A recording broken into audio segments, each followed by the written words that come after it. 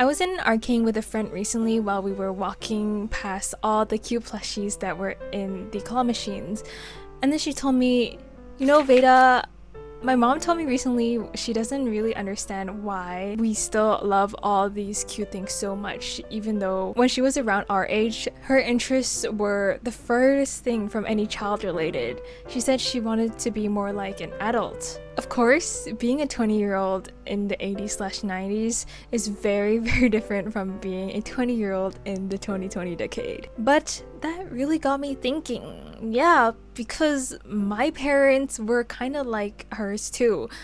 I never heard about anything remotely cute looking that my parents liked when they were young. And at least recalling from my parents' stories, they were never able to afford good toys growing up.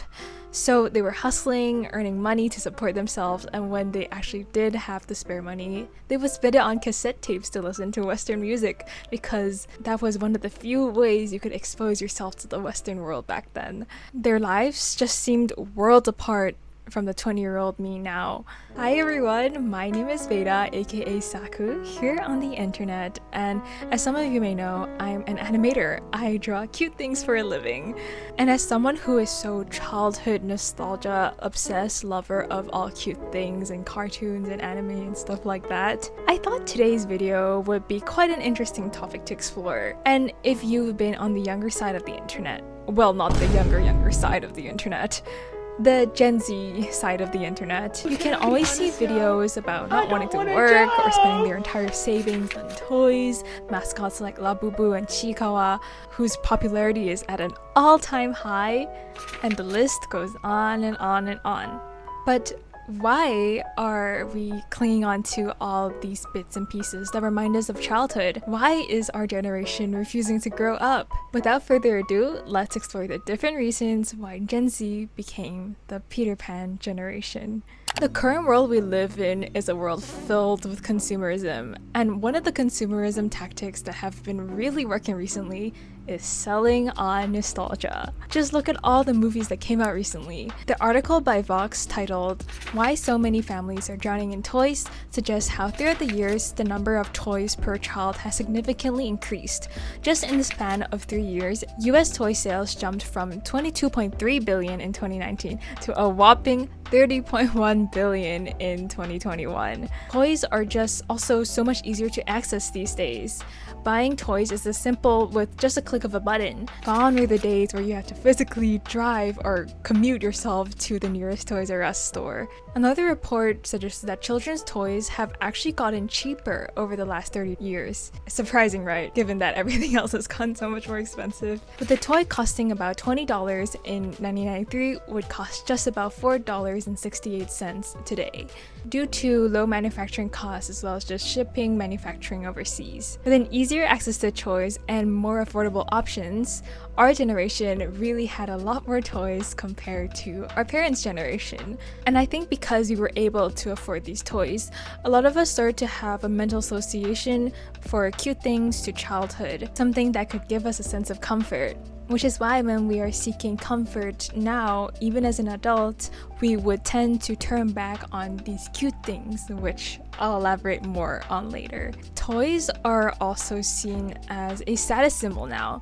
Although I was saying how most Gen Z had a lot more toys compared to the earlier generations, this doesn't mean we were able to afford the super bougie toys or the entire collection of something, because ultimately it was our parents that made a decision for us, right? Because of this, toys are kind of advertised kind of like a status symbol now. Look at me using my money to indulge of my childhood fantasies of these toys I didn't get to buy. Not just that, celebrities have been endorsing toys too, the most famous example being Lisa liking Labubu, which caused so many people to get into Labubu. Because of this, a lot of adults started to crave buying toys as well, sort of as a way to show off, and it's more of like an aesthetic. Not to mention trends like Y2K that have exploded amongst recent years, which often includes collecting gachas, trinkets, and toys as a huge part of its aesthetic. Another reason why Gen Z is really buying toys even as adults now is because companies got really good at selling things. So much so that they deliberately make toy buying an emotional experience. According to an article by the Hong Kong Trade Development Council, a salesperson in Pop Mart suggests most of their sought-after products are toys that induce an emotional reaction from the customers. For example, the Skull Penna Warmth series figurines come with thermochromic coatings, which make the toys change color when placed in different temperatures. Pop Mart, which is a giant toy company right now, ensures that their offline shops have the experience of browse, play, and purchase, which really contributes to the company's success, reporting a revenue of 1.8 billion US dollars just in the year of 2024 alone. However, it is not just Pop Mart who does this. Another very famous example being Jellycat. Jellycat has in-person stores in which the employees treat your plushie as the object or food that is based on, making it a super emotional experience between the toy and the buyer. A blogger on Xiaohongshu once said, "When I buy a Jellycat toy, I feel comforted when I hug and touch it. The comfort it brings me is more important than the price." Which is really saying something, because to me, price of a Jellycat toy is not comforting at all because they can get really expensive. Anyways, as you can tell, anywhere and everywhere we go now, companies are always finding ways to use our weak spots and insecurities to spend money. Which then leads me to my next point. Every generation goes through its trials and tribulations. I was born right smack in the middle between 1997 and 2012, being right in the middle of Gen Zs. I have friends who have finished college and joining corporate world, and I also have friend siblings who just finished middle school. Although this covers a really big range of people, one thing is for certain, the academic pressure of our generation is higher than ever. Sarah Villanueva, a writer for Psychology Today, once said, quote, "Teenagers are also expected to do well and are put on, quote, success tracks even in elementary school. They have to do well. It is assumed that all children now will/must go to college. Not just that, but they must get into the best college if they want to succeed." In my hometown, Hong Kong, the Federation Youth Research Center surveyed that out of 345 students, 96.7% enrolled in some sort of private tutoring. Luckily, I was that mere 3%. While approximately 22.1% of primary students that are in grade 3 or below also enrolled in private tutoring. Grade 3, you're like, what, 8 years old? What do you even really need tutoring for? This is a really random fact, but in Hong Kong, they're actually tutoring celebrities who got famous by tutoring people. Yes, that is a whole thing. Anyways, although academic pressure has always been infamous in the East, academic pressure has becoming a huge thing amongst the West as well. With the rise of technology and the access to amazing resources now, like Google, we, Gen Z, were born into a world of speed and convenience, which is the first of any generation to have this. Thus, now, even simple things like high GPA, internships, things that made you stand out a decade ago, is just the baseline now for Gen Zers. Plus, with social media, we often see so many people succeeding, because who really posts about their failures online? Because of this, our brains start to process all these successes as the norm, something that we should have instead of it being an exception, which is actually the case. And in turn, we also put a lot of pressures on ourselves not to feel FOMO, fear of missing out. I've talked about this in my video called "Were Animators Always Set Up for Failure?", which I'll link below if you're interested. But basically, I talked about how the standard for animators are also getting so much higher and higher, as people aren't just easily impressed now because of a thing called habituation. I think this can not just be applied to animation, but everything as well, every career path someone might choose, because we're just expected to do so much more now. Plus, with so much emphasis on our academics, it's really hard for Gen Zs to live life, to experience life like a normal being, experience other things you should have in your life instead of being so goddamn focused on getting the best grades. I personally really related to this as well. I was like the most academic student growing up. So after I left home for college, people would often ask me how living in Hong Kong was like and stuff like that. It was really then I had the realization that, of course, I knew things about my home. I realized that I really didn't have a life outside of studying in school. Every day was just going to school and then going to study and then working on assignments and then becoming really stressed, and it was that perpetual cycle every single day.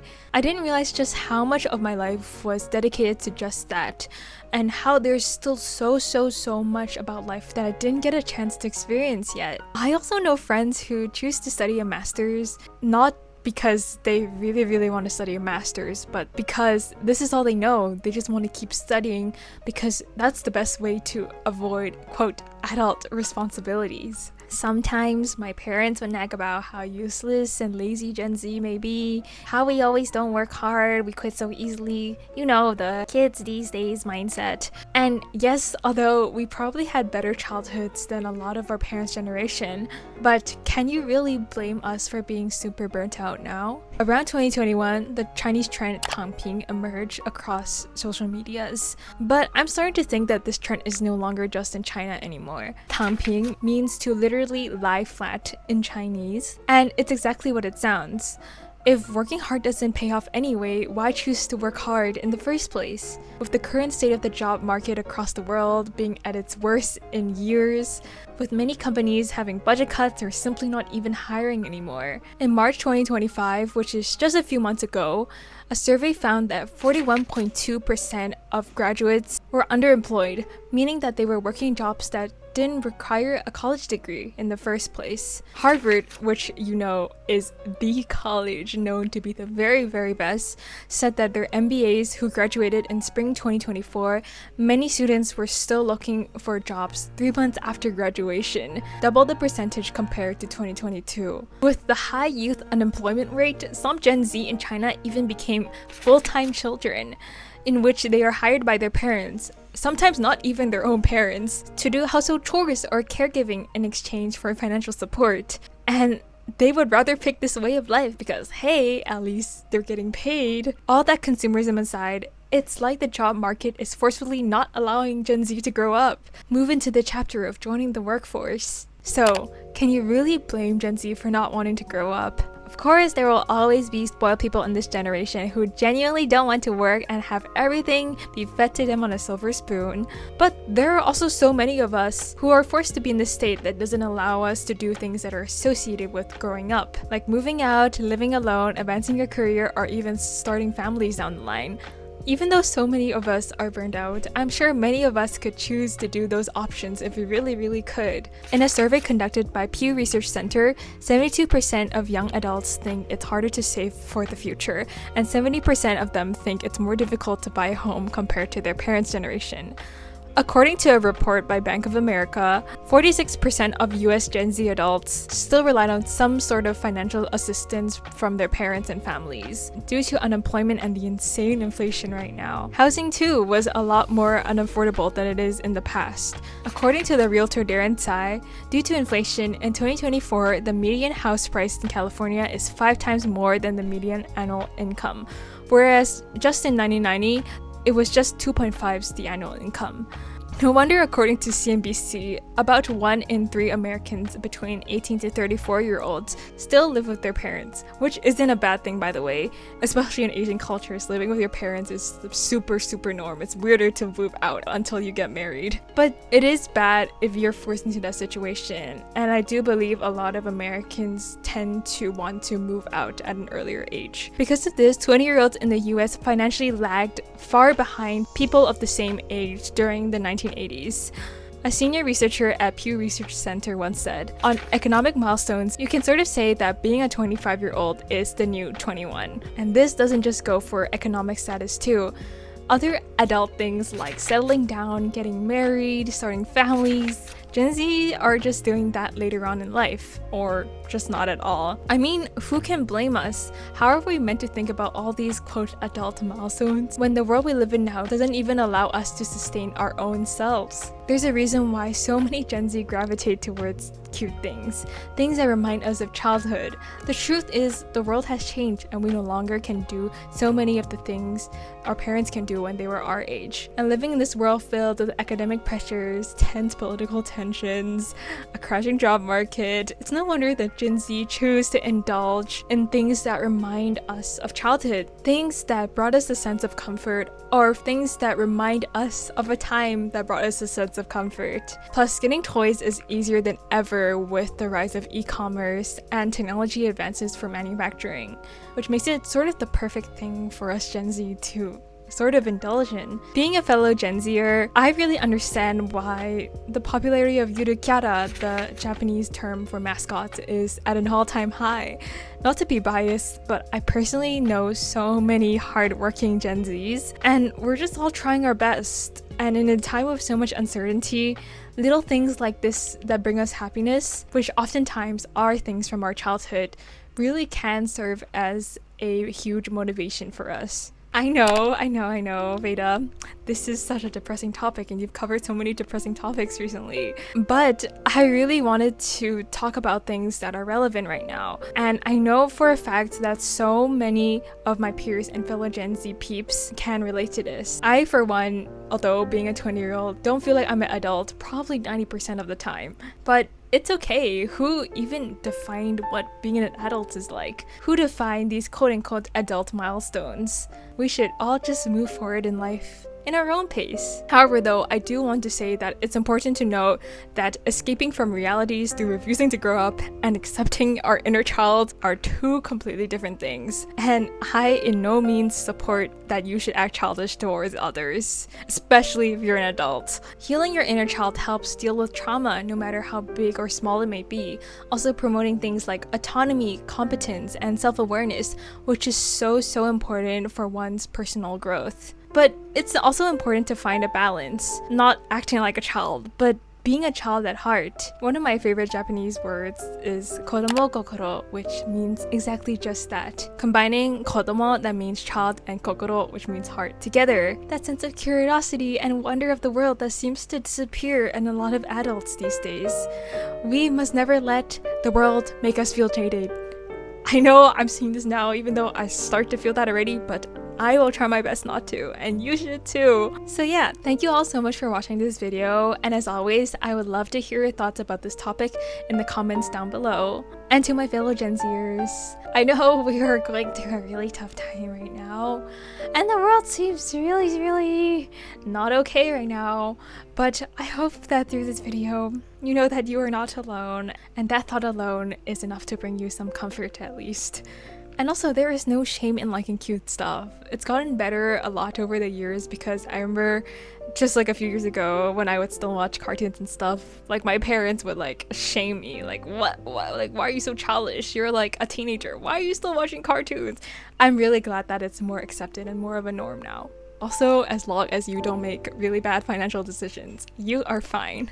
And with that, I've been uploading weekly covering topics I'm really passionate about, from culture to art to animation and so much more. So if you like this video, please like and subscribe. Your support to this channel would mean a lot to me. So yeah, I'll see you in the next video and stay safe. Bye bye!